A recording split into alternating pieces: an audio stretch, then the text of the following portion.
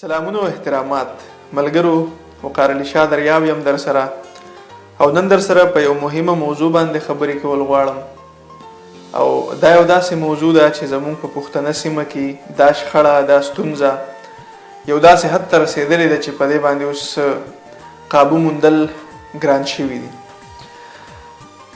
دا موضوع د هغه پښتنو فنکارانو په اړه ده کوم چې وخت په وخت په نښه کول شي او هغوی وژل کیږي.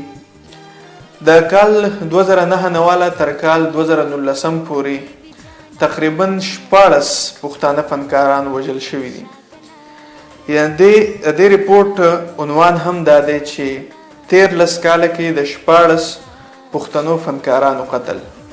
د یوې څېړنې نه پس ما دغه ډیټا رایوځای کړې ده. یو لیست دی زما سره پوره چې دغه نامې څه په دا ډول دي: غزاله جاوید، شبانه، ایمن اداس، یاسمین گل، گلناز عرف مسکان، مسرت، درویش، انم عرف انوشه، برېښنا، سنبل، ریشما، سونیا خان، لبنا عرف ګلالی، سنا عرف نیلم، مینا خان او سنا خان.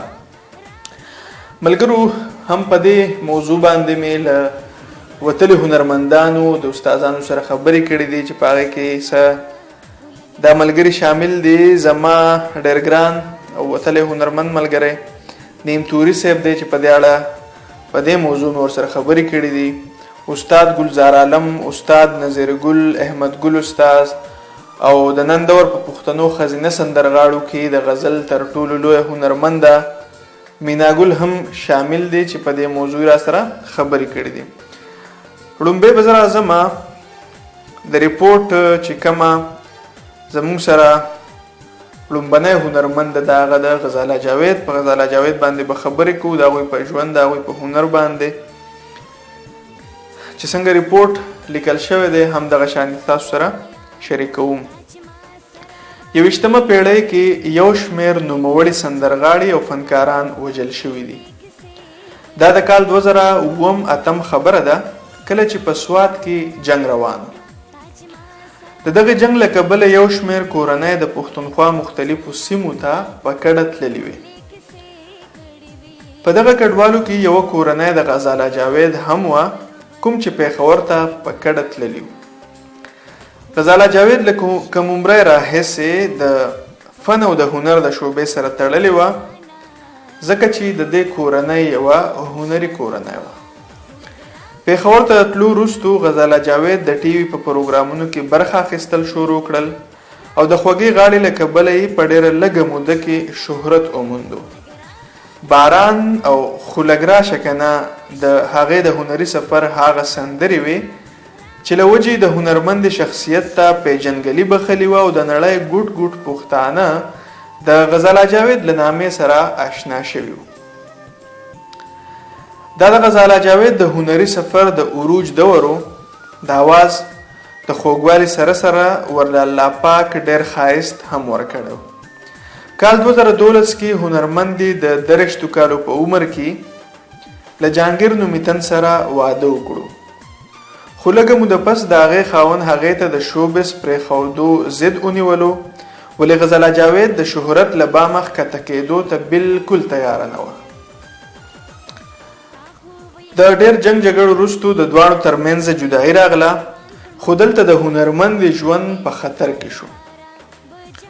د جون میاشت 15مه نیټه کال 2012 کې د غزل ملکه او د سندرو د دنیا ناویاته شهزادګۍ سره د خپل پلاره پېښور کې ووژل شو او د شهرت ناوې کونډه پرېښوده. محمد سید صاحب څه ډېر ښه فرمایلی دي چې ستا د ښایست عمر به لږ نه و خو څه وکړمه، ستا د ښایست عمر به لږ نه و خو څه وکړمه، قدرت د ګل د ژوند په ورکړه کې شومتوب کړی دی. وتلی هنرمند نیمتوري څوک چې تل د پښتنو غم دردولی خپل احساسات څه دا ډول بیانوي وایي چې پښتانه سندرغاړي د تیرو 2 لسیزو راهیسې مرګ ژوبلو او ګواښونو سره مخ دي. څه خو د دوی اقتصادي ستونزې هم دي، خو حالات د دوی ملګرتیا په دې نه کوي چې دا په سندرو او په شعر کې د هغه سختدریزو خلکو مخالفت کوي کوم چې د سندرغاړو مخه نیول غواړي. دا سندرغاړي خلک ډېر اوري، د دې سندرغاړو خلکو مینوال ډېر وي په نسبت د سختدریزو خلکو، او میډیا یې هم په اسانه راخیستې شي. ولې چې د سندرې سره د خلکو کلتور او ژوند تړلی وي، او چې د خلکو نه کلتور او سندره واخلې واخیستل شي، نو هغه قامونه او هغه ژبه نه پاتې کیږي. کوم لیکوالان او سندرغاړي چې د قام پرستۍ، ولس پرستۍ او انسان پرستۍ خبره کوي، نو اوس هم د هغوی په لارو کې خنډان اچول کیږي.